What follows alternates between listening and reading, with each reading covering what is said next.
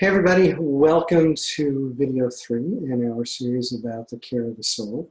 I welcome you back. I thank you very, very much for coming back. If you are coming to this video and you're listening to this video as your first video, I want to ask you if you could please listen to the first 2 videos before you do. This particular video, the first 2 videos really kind of lead perfectly into each aspect. In the first video, we talked about what really is the soul, the nature of the soul, so you could best understand the nature of the soul and everything about it. Then we talked about in the second video the choices that you make when you are in the place of your higher self that make that determination about what you are going to be doing in this particular lifetime. So what your higher self decides in terms of how you're going to incarnate, where you're going to incarnate, and everything of that nature. And as we come into this third video, the third video is actually talking about a continuation of what we talked about in the last one. Remember, the very last thing we were talking about in the second video was risk factors. And when you're making the determination to incarnate into a particular lifetime, what you are doing is you're looking at overall the question of how much risk you are desiring to put into this lifetime, because obviously the greater the level of risk, the greater the level of return, meaning the greater the level of soul growth.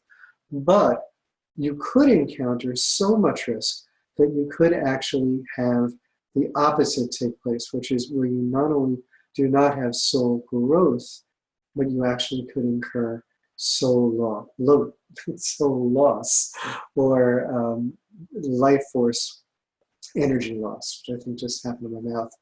But at either rate, so what winds up happening in this regard is that there are 3 ways that you lose soul energy. Now, I mentioned in the very beginning of this video that one of those ways was something that Margaret had taught me about that I had never known about before.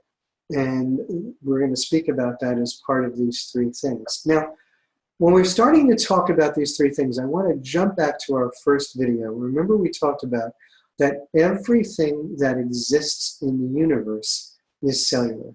Every single thing that exists in the universe is cellular. And we went on to speak about the information that Margaret gave us, in which she said that every emotion has its own cellular energy, its own cellular identification, if you will, that basically says what that cellular energy is, so that each and every emotion has its own DNA to speak of, its own cellular structure. So in looking at that now, what we are determining is that we know that this cellular structure takes place. We know that every emotion has this structure. How does that affect the potential then for the loss of your own life force energy or your own soul loss? Well, that goes into the second thing we talked about in the very first video, which was, remember how I said sometimes you may encounter a situation where you're trying to protect your energy, and so you might cross your arms kind of over your solar plexus, or you might find yourself putting your hands here. Well, that's because this region, the 3rd chakra, the area of your solar plexus, that is a very, very, very important power center. It is the place that you integrate all the energy in your body. All the other chakras, all the other energy centers integrate this energy in this area. And what you do is we are constantly sending out energy from this area all around you to try to assess the energy and the danger or the good, whatever is going on in that particular area. So in other words, let's say you are going into a brand new situation. And you go into that new situation and you just feel a little funny. Something doesn't feel right about it. Your guts are telling you, get out of this situation. It doesn't feel really good. Or maybe you met somebody and your head is telling you, wow, I really like that person. That person is so nice. I just really, really like them. And your heart's saying, yeah, I agree. They seem so nice. I really, really like them. But something in your gut is saying, be careful. Something's not right. Something in that energy that you're perceiving is something that could potentially hurt you. Let's not do that. Let's not take that chance. Let's see if we can do something a little different.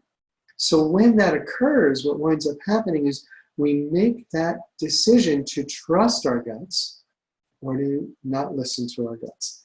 And if you're anything like me, how many times, come on, be honest, how many times have you said to yourself, if I only trusted my guts, if I only listened to what my guts were trying to tell me, I would have done that situation so differently. I would have experienced that thing in such a very different way.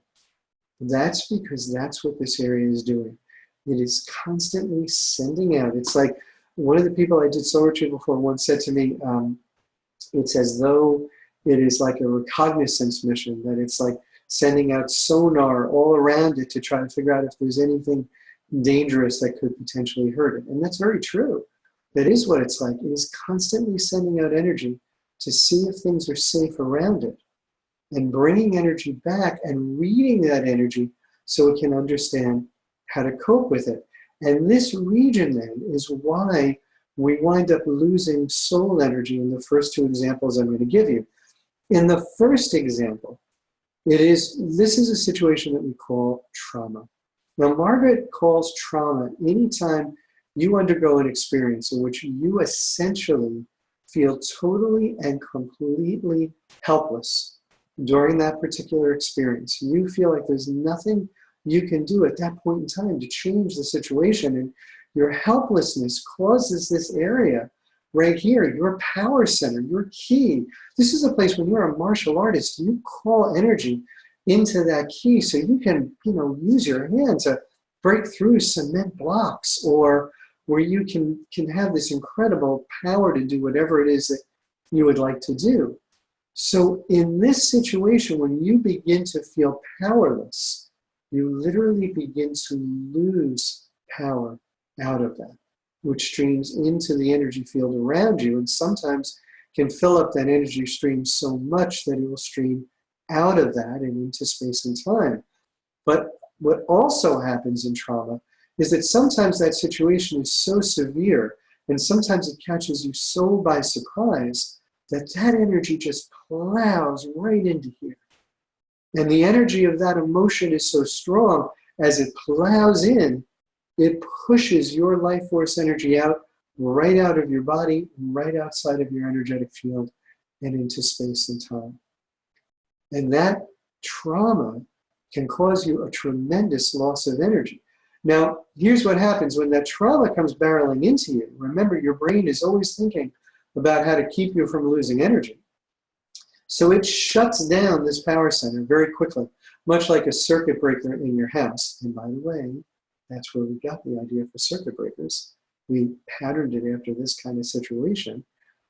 Circuit breaker stops an overload of energy taking place. So that circuit breaker right here shuts it off. And as it shuts it off, now the brain immediately goes into its conversion mode.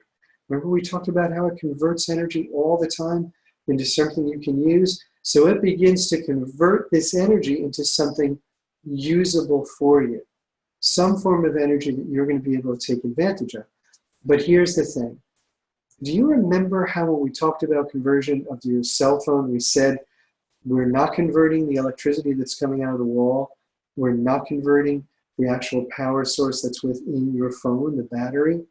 What we are converting is from one flow of energy down to the other flow of energy. But both the wall electricity and the phone stays the same. That's the same when you encounter an emotional trauma. So that emotional trauma comes barreling into you, and it has, remember, its own cellular energy. So if that emotional trauma was abandonment or betrayal, let's say you walk in and the person you love is in bed with somebody else, and you feel that sense of betrayal and abandonment.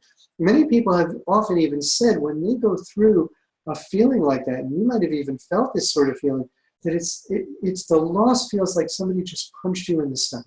You feel that force. Some people will feel that punch Some people will feel that trauma so severely that it makes them nauseous. It makes them want to throw up.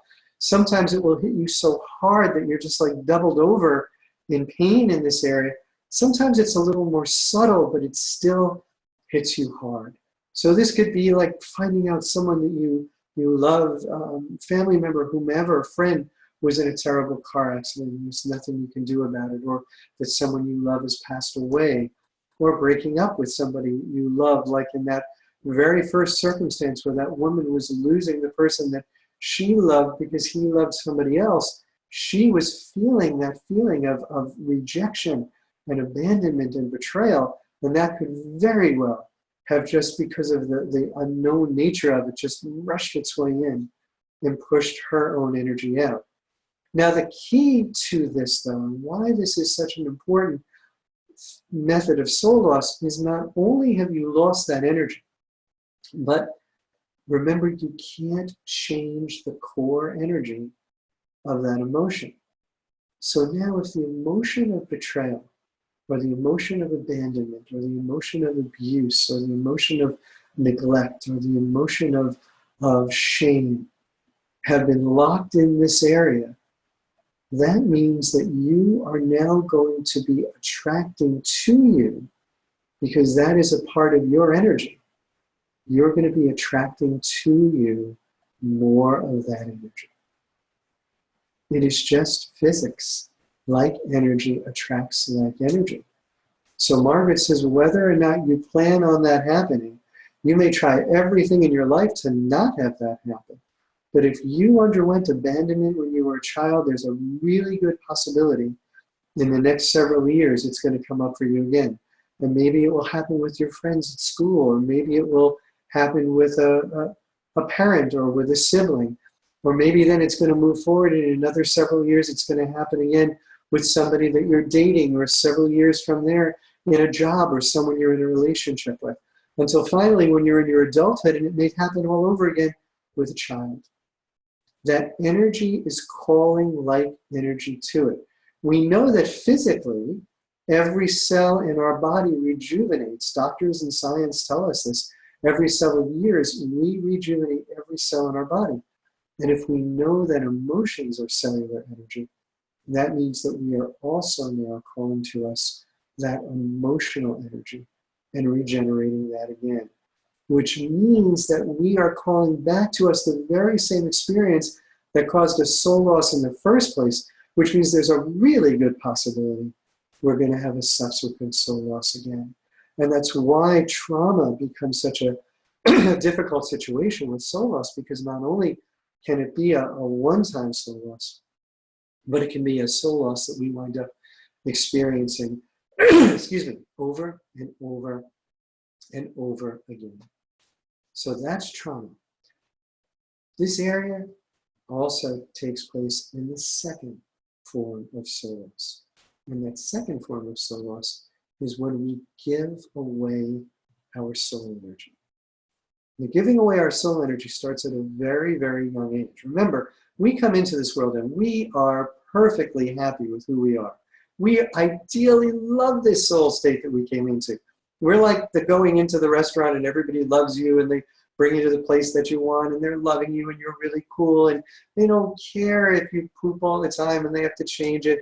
They don't care if you wake them up at 3 o'clock in the morning to play. They love you just because you're here. But it doesn't take long before that energy changes. It doesn't take long before you now are being loved not just because you're here, not just because you are a human being, but you start to change from that category of a human being to a human doing. It starts to matter very much, what are the things that you're doing? How are you behaving? How are you acting? How are all of these things making sense to what your parents want you to do and your teachers want you to do and everybody else wants you to do? Margaret even uses this great example of this time frame where she says, think about a young child who's learning to walk. And this is roughly around a year old. She says there's 3 different types of parents in that situation. The first parent, maybe the very overprotective parent, and each time the child tries to walk and falls, they're coming over and they're like, oh, are you okay? Is everything all right? And the baby's crying because they seem concerned. And The baby doesn't know what's going on, but you know, at the same time, the baby's starting to get a sense of something, and that sense is, wow, every time I fall down, mom and dad pay more attention to me. It's not like they're paying as much attention when I'm walking as they are when I'm falling. The falling is the key. Cool, I'm gonna fall more. And so this little one starts to learn that when they're falling, things are better. You know, mom and dad are paying more attention. Now, they may grow up to do a couple of other different things. They may realize that when they're sick, they get more attention from mom and dad. So they may instruct their brain, or their brain actually may instruct their immune system that more love comes, which is nurturing to the body and nurturing to the soul, when a child is sick than when they are well. And depending upon how severe that child is going to take that on, they may wind up giving up some of their health as part of giving up their soul energy. Or maybe they may become the victim. Maybe they may realize that when everything's going great in my life, nobody's there. But as soon as something's going staggeringly wrong, everybody crowds around and they want to support and they want to be there for me. So I get more love as the victim than I get as the person who's really solid. And you know what? We do tend to do that. And part of the reason that we do that is our brain has a tendency to focus on the worst. And it has a tendency to focus on the worst because that is the way to keep you safe. That's the way to make sure that you are going to be okay. And the brain wants to always look out for what are those things that hurt you, or what are those things that hurt others, so you may be mindful of protecting yourself from it. Now, the brain still records memory of all the joy that you have in your life, but it doesn't record it in the same way as it records everything else. It records your joys, but it doesn't bring it right to the surface, because joy isn't going to keep you from losing your life. Joy is a great thing. It's a wonderful thing, but it's not a survival mechanism so far as your brain is concerned. Margaret tells this great story where she says, imagine for a moment that you are back in the prehistoric times and you are a cave dweller that goes out to hunt and gather all the time. Now, one day as you're getting ready to go out to hunt your food for that day, you haven't done so in more than a day because it's been terrible storms outside, lightning and thunder that have been keeping you really closed in with your family deep inside the cave. And you come to the door and there is an animal right at the door of the cave. And that animal's been struck by lightning and the lightning killed it. But not only did it kill it, part of it is on fire. So part of this food is actually being cooked and you didn't even know what cooked was. So she says, you're elated. And you taste that and you find out you really love that and you have food for several days. But then the time comes you have to go back out to hunt again. And on this next day, excuse me, this next day that you go out to hunt, what winds up happening is you wander a little too far and now you're on land that actually belongs to another tribe. And members of that tribe start to chase you because they want to kill you because they think you're taking their food and they don't know you. So you run for your life and you finally find a place to hide, and you do hide out and you just survive within an inch of your life. And you make it home and you remember exactly where that is. Well, the thing Margaret says is you are not going to remember that animal that just showed up at your doorstep, but you will always remember that place that you walked to that almost got you killed. And that's how we think as human beings. She says that's the reason we have news forecasts that are, our news is 25 minutes of terrible things and 5 minutes of joyful things, because that's what our brain feels is important for us to know. What are the dangers to us that we need to be aware of, not what are the good things. And that's why we tend to want to be with people when something is going wrong, because we want to support them through that. First of all, because as a tribe, we would hope that they will support us then when we need it. But second of all, because that's what we can relate to, that they They probably need that help at that given time. So that becomes the second thing. And then we also give our soul away for another very special reason, and that is because the second child who's learning how to walk, they're learning how to walk, and they've got a mom and dad who's very, very supportive and positive, and they fall down, and mom and dad says, oh, you fell down, you went boom, come on, let's get back up. And that's a really healthy way to do it. That's the best way to be able to teach a child how to walk. But you know what? Even with that, the little one watches what's going on, and they say, wow, check this out.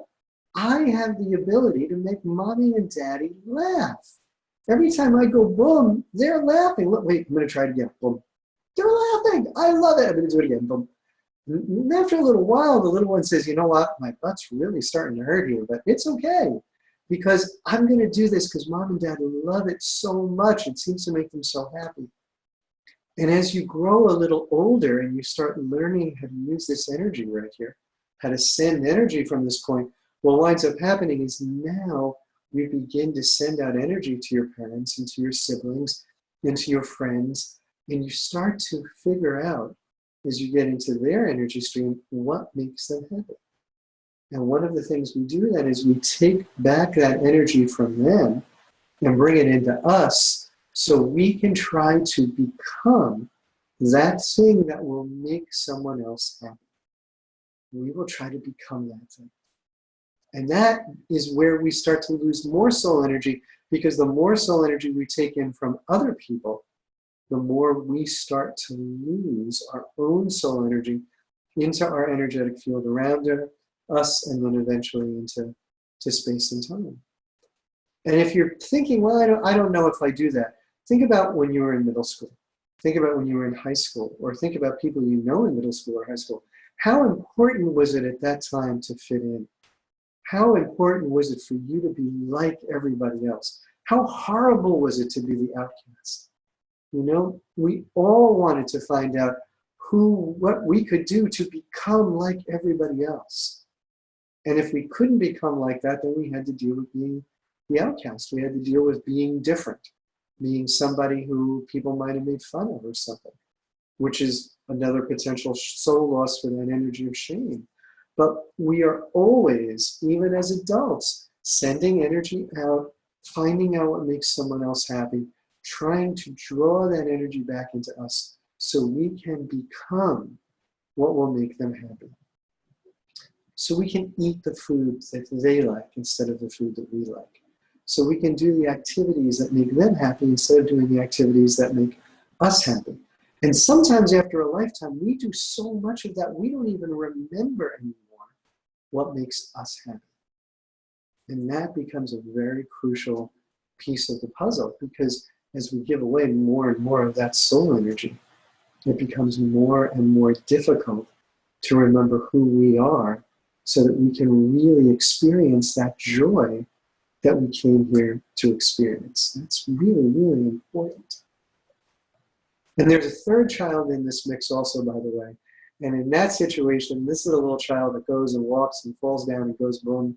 And they look around to see how mom and dad are reacting. And mom and dad aren't even reacting because they're so busy. Maybe they've got other children that they're raising. Maybe they work from home. Maybe they're just caught up in the hecticness of life, or they're going through their own issues. And in that case, this little one is going to decide a couple of different things. Either A, I'm going to wait to walk till later. It doesn't matter. Nobody's watching. Nobody cares. You know? Or maybe they're going to become the overachiever. They're going to not be happy until they walk over and they're right pulling on mom and dad's shirt saying, hey, check me out. I can walk. I know you didn't notice when I was doing it over there. Or they're going to become the one that goes over to the tablecloth and grabs the tablecloth and pulls it down with them when they fall down. And maybe that becomes the way they get attention. They become the one who acts out so that they can get attention.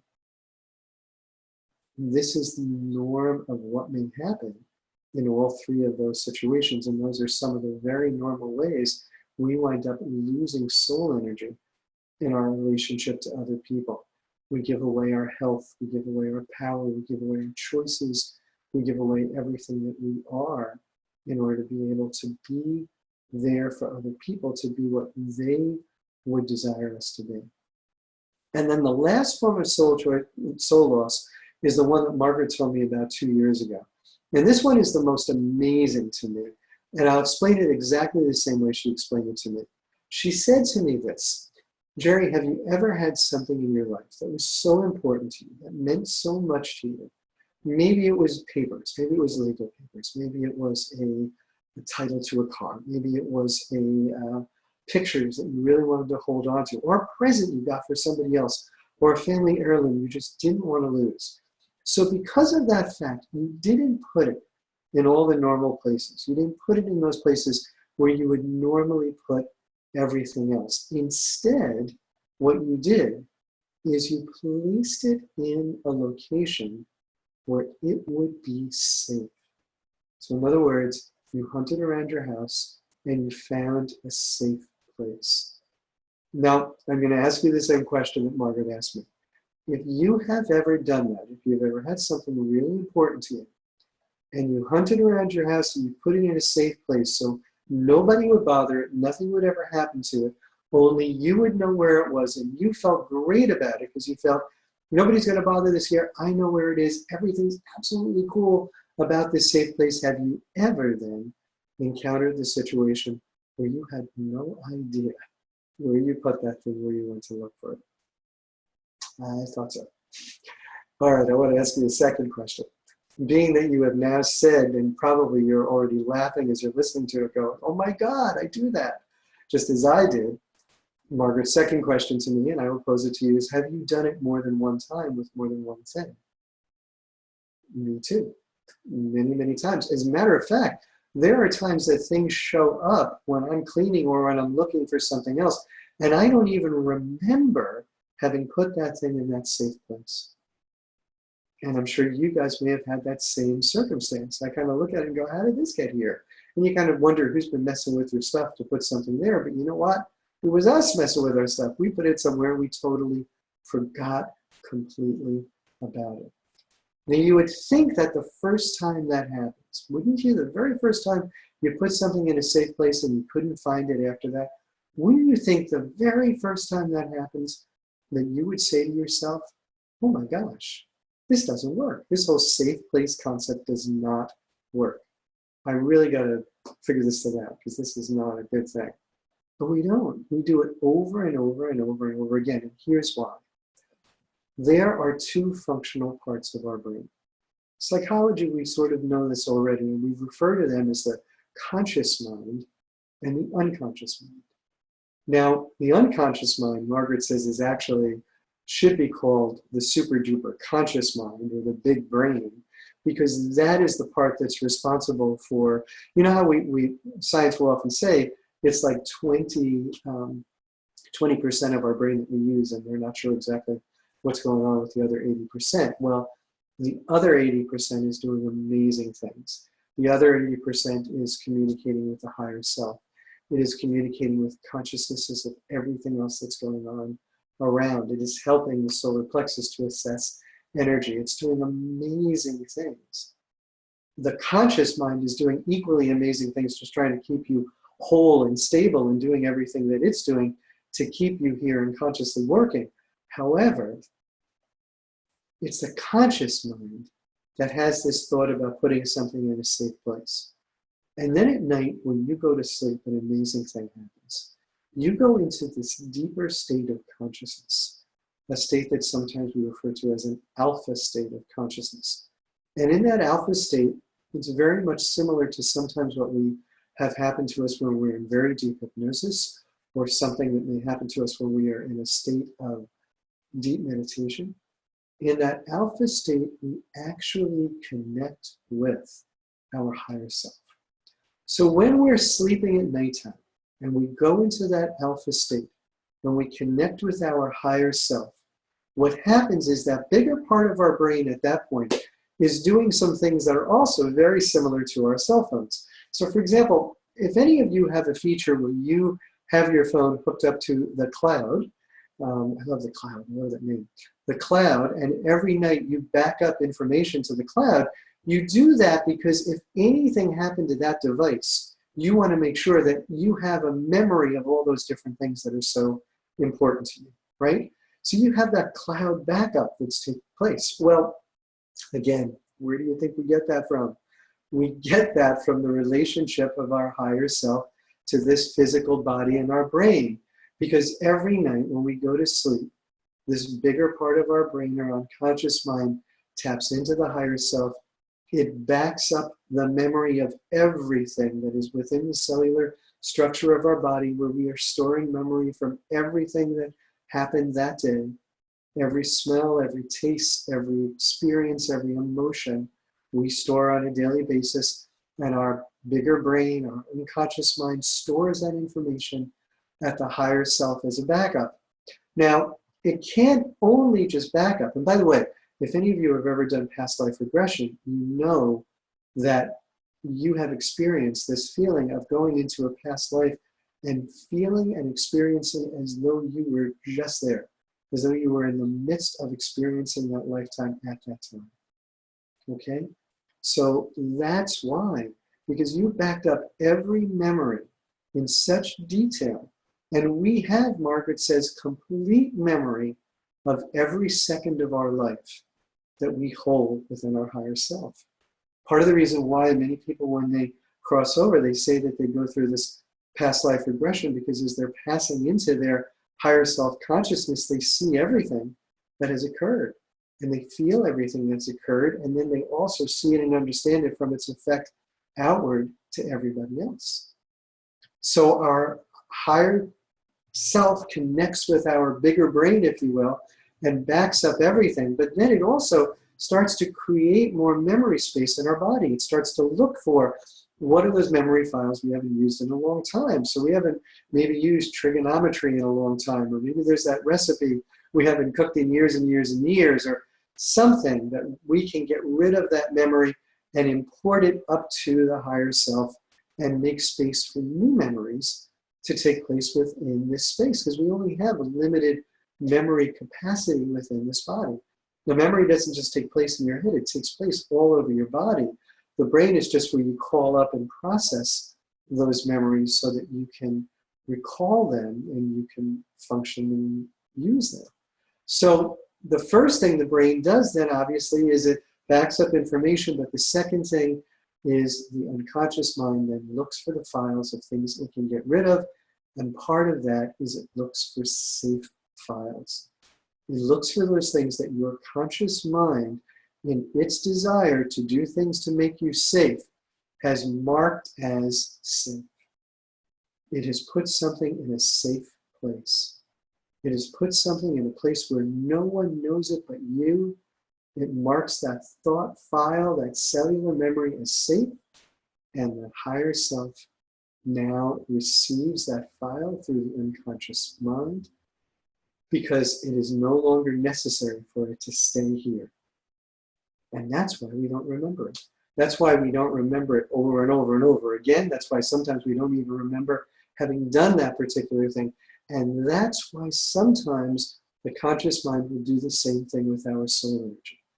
It will see the fact that we might encounter a soul loss. It sees a circumstance coming back that's a similar circumstance to something we've encountered once before. It knows the chance is very good we're going to have soul loss. So it has this plan, and the plan is, I'm going to take some good, healthy soul energy, and I'm going to place it just outside the energetic field.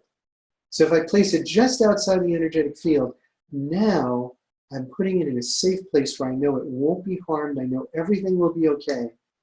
And if this trauma happens, then I can let the traumatic energy in, I can lock it in that hole that I've made, I can keep it there, I can convert it up until such time as the trauma is over, and then I can release that energy and I can bring back the actual soul energy.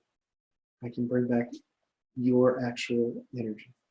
Except it doesn't happen. Just as when we put something in a safe place otherwise, that file then is uploaded to the higher self as a safe file. It is something that is not remembered then by the brain. And what I found out from Margaret is that there was a significant amount of soul loss that took place because of this energy being put in safe places. And I found in the 2 years that I've been looking for it since then, that there has been more and more and more and more of that I'm noticing, sometimes more energy put into safe places than even that has been lost through traumatic experience. So those are the 3 ways that we lose soul energy: trauma, giving our soul energy away, and our brain putting that soul energy into a safe place in the attempt to protect it. And when you lose soul energy, you usually lose it through a combination of all of them. At least that has been my finding over the last 25 some plus years that I've been working with people in terms of trying to reclaim their soul energy. Now, I mentioned in the end of the last 2 videos that there were some exercises that we would like to give you. If you could just please write to me at gerry@gerrygavin.com. And as part of that, we would send you the link to the soul exercises, which is a grounding exercise. Another wonderful exercise, which has to do with what we talk about here, and that is giving back. A tapping exercise, shamanic tapping, to give back other people's soul energy that you are holding on to. That's a great exercise for helping to release a lot of that cellular energy that you have that's really other people's soul energy. And then a third exercise, which is about bringing back some soul energy that is within your energetic field, not the soul energy that was pushed outside of your field, but the soul energy within your energetic field, but that you can pull it back in your energetic body to help you feel healthier and more powerful and more wonderful in so many ways. So please do write me that email if you haven't already done so. I will be happy to make sure that we get those exercises out to you and any other information that might be available as well. And we have one more video to go in this series, and the last video is going to actually speak about what you can do to recognize when these different things are happening to you, and also how do you maintain your soul. You know, we've talked a little bit about the exercises, but how do you get that soul energy back once you've lost it? How can you reclaim it? How can you reclaim your power? Is it possible to do that? And if it is possible to do that, then once you've done it, how do you hold on to it? How do you make sure that you don't go into those same experiences again? Is that possible? And what are some of the steps that we can take to do that? So until that next video, I thank you so very much for being here. I really, really appreciate your being a part of this video series, and we will talk again very soon. Bye-bye.